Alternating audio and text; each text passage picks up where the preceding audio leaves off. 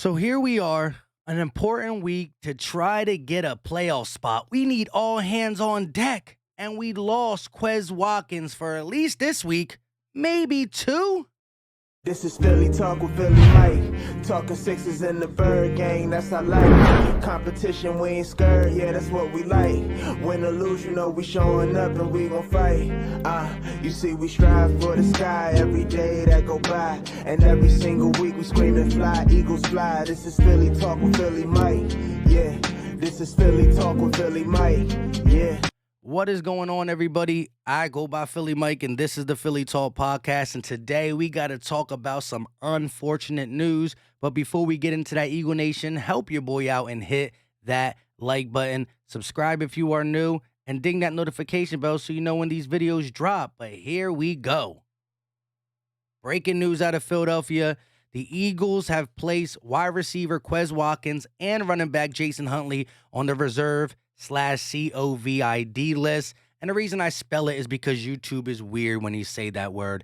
And to me, it's a big deal.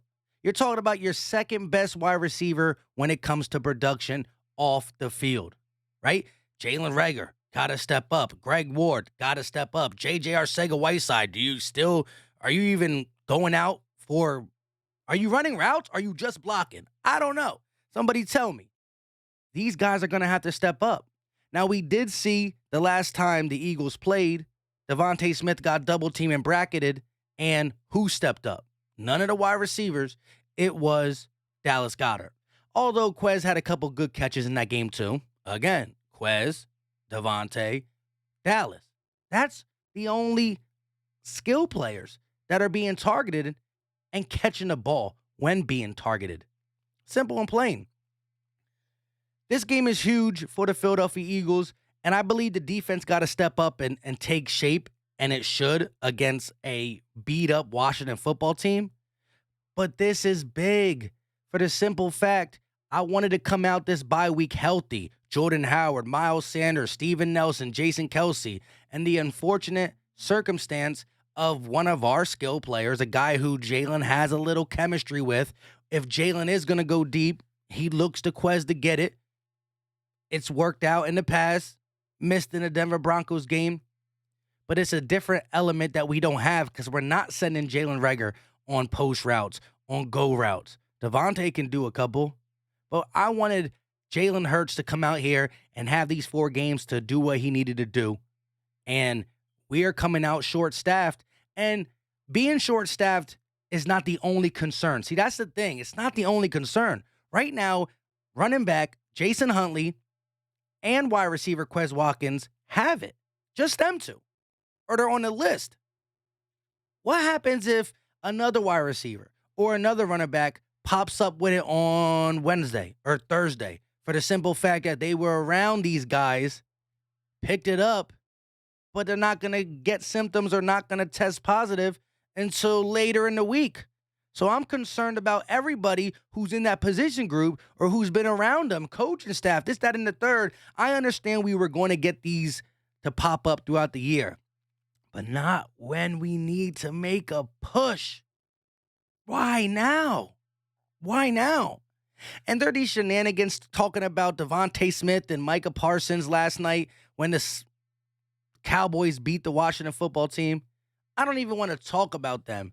But to look at the wide receiving core and to see what Devonta did, and some of you guys still don't believe in Jalen Hurts, to know that Jalen Hurts is not passing the ball like other quarterbacks, at least the volume.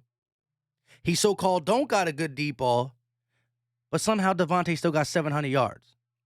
We run the ball in the second half of the season more than anybody else, but somehow Devonta got 700 yards. This kid is legit. And as Jalen gets better or the quarterback situation gets better, Devonta going to get his. I don't want to take nothing away from Micah Parsons because let's be honest, Micah Parsons is a baller. He's a baller. But would we have played him solely at linebacker? Or would we have let him be a defensive end, a stand-up, play in a joker position?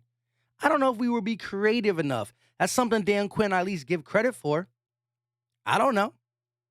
Maybe, maybe not. But to look at Devonta Smith and be like, dang, we should have never did it This is the best wide receiver we've had on our roster in almost 10 years. Almost 10 years. And he hasn't even reached his potential yet. So I don't want to hear that. Micah Parsons might be the defensive player of the year. He's really good. And if we've seen the blueprint, now that we've seen the blueprint, of course he would work on a defense. But knock it off. Knock it off. Real quick, back to this COVID thing. I said it now. It's an important game. And the offense, as much as the defense, got to come out with the bye week, with 2 weeks to practice, or 2 weeks to game plan at least, and be on their P's and Q's. That means Jonathan Gannon, don't be scared of these quarterbacks that are on Washington football team's roster. Who's it going to be? Allen? Heineke? I don't care. Don't forget to put Slay where he needs to be. And Nick Sirianni, don't forget how we got here, right? When we went on that win streak. Run, then pass. Keep Jalen under center sometimes. RPOs, not like we used to. Once in a while, sprinkle them in. Don't be heavy with it. Run with Jalen. Throw in the middle. Play action. But the deep threat is going to be MIA. And Jalen Reagor, if there was ever a time that you could make Philly slowly, and I mean slowly, look at you in a different light. If there was ever a time, it's this game.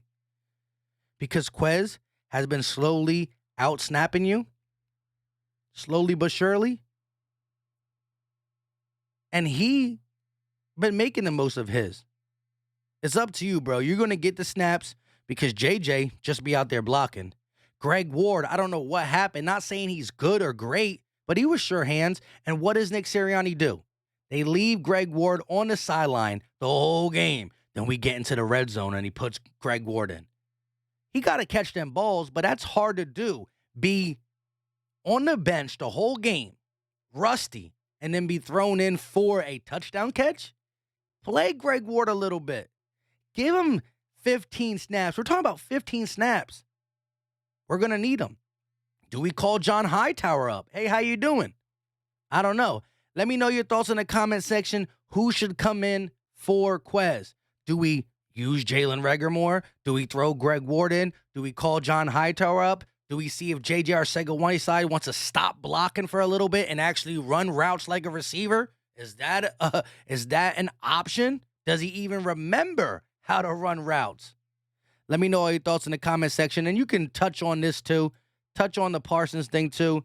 It's been going around Philly. The Liberty Line wrote about it. Rob Motti talked about it. Everybody's talking about it. Micah Parsons is a beast. But stop hating on Devonta Smith. Slim Reaper. He a killer. With all that being said, I go by Philly Mike, and this is the Philly Talk Podcast. Hey, it was an upsetting video, so we forgot to do this. But we ain't leaving without doing this. Keep that roots going, baby! 1, 2, 3. 1, 2, 3, roots. And back by popular demand. Love is everywhere. I love it.